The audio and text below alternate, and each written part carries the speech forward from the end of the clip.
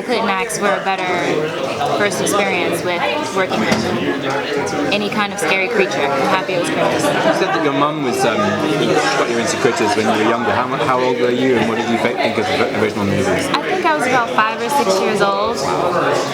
Yeah, that's what I said. Wow, like, why are you showing me this? And then I was like, Mom, I don't want to watch it. And she was like, you're watching it.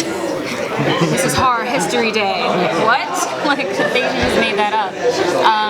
So yeah, she showed me that and Gremlins, and I was mortified. It kind of ruined my childhood for like 20 minutes. I got over it. So to go from being scared as a child to like doing this film as an adult, it's pretty cool.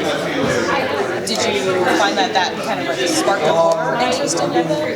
It did, because after that I was still scared, but I would be like, so what are we watching today? She was like, yes, it's Horror Mondays. I thought it was Friday last week. Well, today it's Monday. Shut up. So I'm like, so from that, it was, I think the worst one where I kind of like took a step back before I went back to watching horror films was Nightmare on Elm Street. That can really give a child insomnia. But yeah, I've loved horror ever since I was a kid because my mother introduced it to me at a young age. So we're in this era where we're kind of seeing a lot of classic horror IPs being revived in the modern age, and like the Puppet Master just got like the new Puppet Master movie, and I just want to ask, how is it trying to balance that classic fan base, especially as a director, this classic fan base, with these kind of modern sensibilities and what we expect from a modern horror movie? Well, I think what's missing is I think like a sense of fun. So there's like a lot of really great, incredible horror, like Hereditary gave me nightmares, and I think something like Critters, what I would try to do is like bring back that feeling of fun that I had when I stumbled upon the series when I was a little kid. So I feel like that's kind of universal. And then modern-wise, what would you say?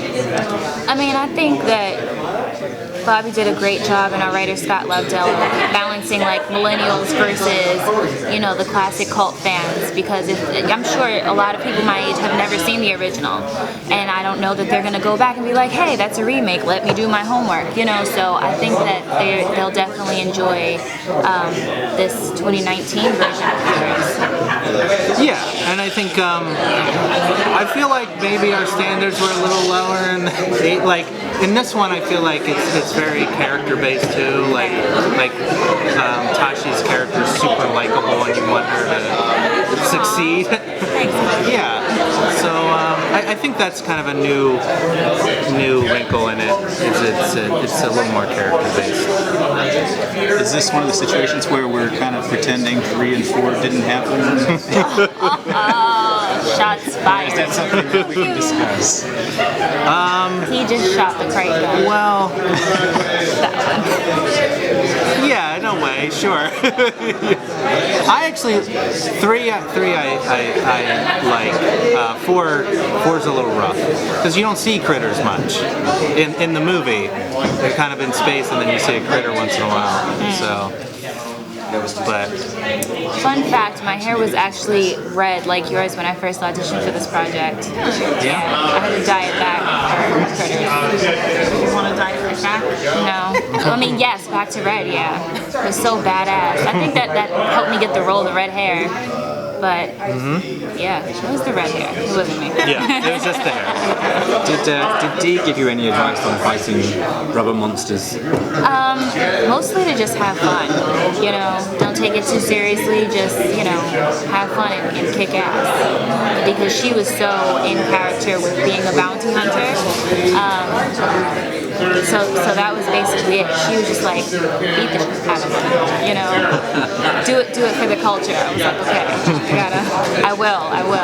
And then her fight scene was so great in the original, I was just like, I can't top that, but I'll try to match it, Did she give you any indication about how life would be once you're in that kind of screen queen mold, so to speak? How life would be in Comic-Con and such? Well, she just told me how fun it was, like, to do Comic-Con and to connect with the fans. And at the time that we had this conversation, coming to Comic-Con wasn't on the schedule. So it's just like she forewarned me about it, and then coming here and actually experiencing it is exactly how she told me it would be.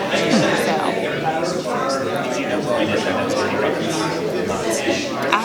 Well, because this is my first horror film, I had never worked with CGI before, so I honestly didn't work on any project with it, so I didn't know what it was until maybe a few months prior to booking this role. So, but I was happy to see it because I hear people talk about all the time, oh, I had to talk to a stick with a tennis ball on it. I'm like, what? Who wants to have a conversation with a tennis ball on a stick? So I was happy to, have the puppets with the animatronics, so I really felt like when the critters were angry, they were really angry at me, seeing the eyebrows and everything. It was really cool. I don't think it was ever up for debate. I would have never done the movie if it was CGI, and I don't think anyone at Warner Brothers or any of the producers were into it either. So, to me, it's not critters if there's CGI. It's got to be puppets. Aliens are real, guys. Yeah. They're called critters. How does it go with you get to direct? Do you direct the volunteers or do you talk to them as if they are? How does that work? That's a good question. That's a good question. It's a mix of both. Sometimes I feel like I will straight up talk to the puppet. Yeah. And sometimes he would call Keith Bianca. Bianca, can I get a little bit more? Yeah.